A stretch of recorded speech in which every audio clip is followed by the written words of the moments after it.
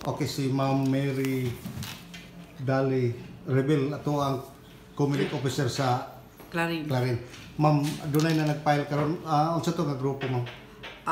Under sa Asinso Pinoy Party. Sila ang nag-file sa karon hapon na after lunch, and then kinabuntag nami isa ni file pagka SB member pero independent.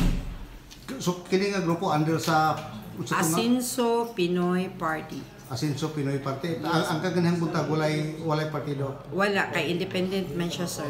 So gawas na ma'am, doon na pa before doon na pa ba may file katong may file o vice? Yes, atong October 2 na nag-file nga isa for vice mayor, and then independent gihapon, walay partido. So vice mayor siya usa walay Yes, grupo. walay grupo. Okay dayon. Kumusta man sila, ma'am? Okay ra ba ang napag-file, ma'am? Yes, so far so good. Wala ra pud tay mga kakulian nga na encounter sa ilahang mga papers. Okay ra ang tanan, smooth sailing ra. Ma'am, hantod kuno sa sila mo usag oras sa taman sila ilang pag-file. Mo Okay.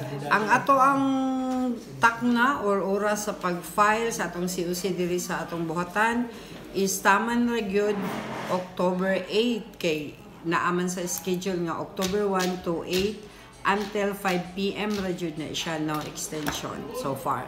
So kung maabot og 5 o'clock din na pa sa gawas dawaton ba ninyo? Ugma po. Sir, naa sa guidelines na at the time nga 4:45 nga naapad gihapoy mga tao nga nakalinya sa gawas para mag-file sa ilang COC, amo na siyang buhatan og listahan or isulat na mo siya nga naapas sila dinha naabot diri 4:45 aron pag-abot og 5 o'clock cut off na gyud mi. So, ang katong na lista sa 4:45 taman 5 o'clock, maura to siya among panawagan kung naa ba siya or wala nga mag-file. Kay kung pagtawag nga wala siya, kuan na gito siya, na-close na gito siya. Pero katong the rest nga naa sa pagtawag, and then upon checking sa ilang mga forms nga walay discrepancy, walay mga kulang, okay ang tanan, then amo silang madawat or among matatakan og receipt ang ilahang COC file. Kada lang siguro, ma'am, daghang kay salamat basik na kay kadugang, ma'am.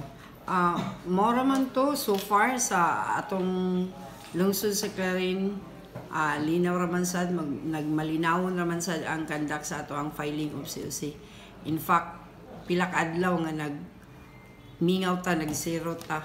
Karon ra pod nga na medyo nabibo-bibo. Usa mo tanaw na pay mosunod? So far, naamay nagkuha dire gud og blanco nga COC, and then ingon pud sila nga mo file pud sila, mo puy among gipaabot. So napaman sila time para ugma pod. Kung dili sila makaapas karong adlaw. Kato nga grupo karon kompleto bang line up nila? Yes, sir. From mayor to vice mayor to 8 councilors. Katong under sa Asinso Pinoy Party. Ma'am, daghang salamat, ma'am, kunong hapon. Aming hapon, sir.